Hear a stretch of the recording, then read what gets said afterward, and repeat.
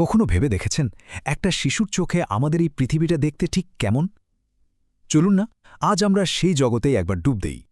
আমাদের সাথে থাকছে বাংলা শিশুতোষ বই আমার বইয়ের অসাধারণ সব ছবি। কারণ এই ছবিগুলো শুধু অক্ষর চেনানোর জন্য না, বরং পুরো একটা নতুন দুনিয়ার দরজা খুলে দেয়। তো প্রশ্নটা হলো, এই বইটা ঠিক কেমন একটা পৃথিবীর ছবি তুলে ধরে বাচ্চাদের সামনে? এর পাতায় পাতায় আঁকা ছবিগুলো আসলে কি গল্প বলে? চলুন আজ সেই রহস্যটাই একটু খুঁজে দেখি।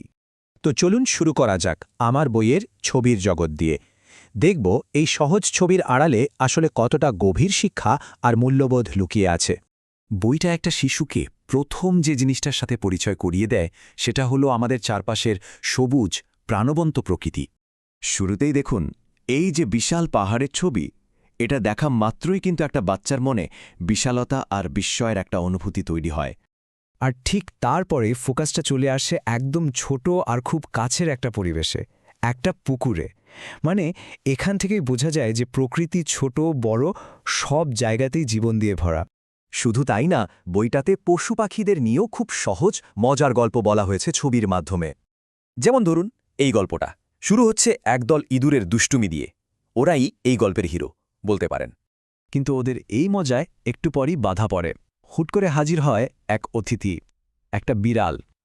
আর সাথে সাথে গল্পে একটা হালকা টেনশন তৈরি হয়, যেটা কিন্তু পশুদের জগতে খুবই স্বাভাবিক একটা ব্যাপার।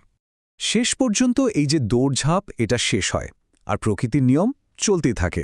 দেখুন, খুব সহজ একটা ঘটনা, কিন্তু এর মধ্যে দিয়েই বাচ্চারা কারণ আর ফলের সম্পর্ক, এমনকি শিকারী আর শিকারের মতো একটা বিষয়ও শিখে যাচ্ছে, কোনো ভয় ছাড়াই। বেশ, প্রকৃতির জগৎ তো দেখা হলো, এবার চলুন মানুষের জগতে ঢোকা যাক। দেখি বইটা আমাদের সমাজ আর জীবনযাত্রাকে কিভাবে ছবিতে ফুটিয়ে তুলেছে। একদিকে যেমন আছে গ্রামের শান্ত ধীর গতির জীবন, ঠিক তার পাশেই দেখুন শহরের ব্যস্ততা।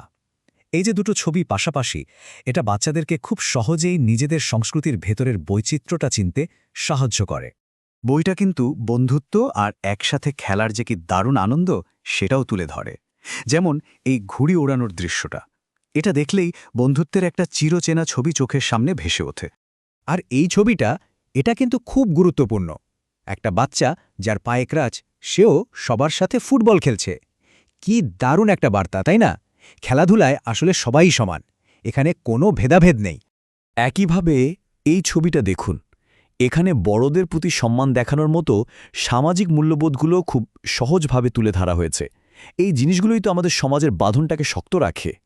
সবশেষে আমরা দেখব আমার বই কিভাবে সবচেয়ে জরুরি শিক্ষাগুলোর একটা দেয়, আর সেটা হলো কল্পনার শক্তি। আর এই কল্পনার শুরুটা কোত্থেকে হয় জানেন? প্রকৃতির খুব সাধারণ একটা জিনিস থেকে, একটা মামুলি পাতা। আচ্ছা, একটা সাধারণ পাতা দিয়ে কী বা করা যেতে পারে? বইটা আমাদের ঠিক এই প্রশ্নটা নিয়েই ভাবতে শেখায়। ভাবনাটা কাজে লাগালেই দেখুন কি হয়। কয়েকটা পাতা দিয়ে তৈরি হয়ে গেল একটা ফড়িং। কি দারুণ একটা রূপান্তর, তাই না? গল্পটা এখানেই শেষ না। ওই একই পাতা দিয়ে দেখুন, এবার তৈরি হয়ে গেল একটা কচ্ছপ। এমনকি সেই পাতাগুলোই হয়ে উঠতে পারে একটা কাল্পনিক সাগরে সাঁতরে বেড়ানো মাছ। ব্যাপারটা তো পরিষ্কার, তাই না? আমাদের কল্পনা আসলে কোনো সীমা পরিসীমা নেই। তার মানে মূল কথাটা হলো, প্রকৃতি শুধু আমাদের দেখার জন্য নয়, বরং এটা আমাদের কল্পনার জগৎটাকে খুলে দেওয়ার একটা চাবিও বটে। আর এই পাতার মুকুট পরা মেয়েটির ছবিটা, এটা যেন পুরো বিষয়টার একটা সারসংক্ষেপ। সাধারণ জিনিসও কল্পনা দিয়ে কিভাবে অসাধারণ হয়ে ওঠে, এটাই তার প্রমাণ। তাহলে আমরা দেখলাম আমার বই আসলে শুধু একটা বই না, এটা প্রকৃতি, সমাজ আর আমাদের ভেতরের সৃজনশীলতাকে চেনার একটা সহজ পথ দেখিয়ে দেয়। শেষ করার আগে একটা প্রশ্ন রেখে যাই, আমাদের চারপাশে ছড়িয়ে থাকা আর কোন সাধারণ জিনিসগুলোর মধ্যে কল্পনার এমন বিশাল সম্ভাবনা লুকিয়ে আছে? একটু ভেবে দেখবেন কিন্তু।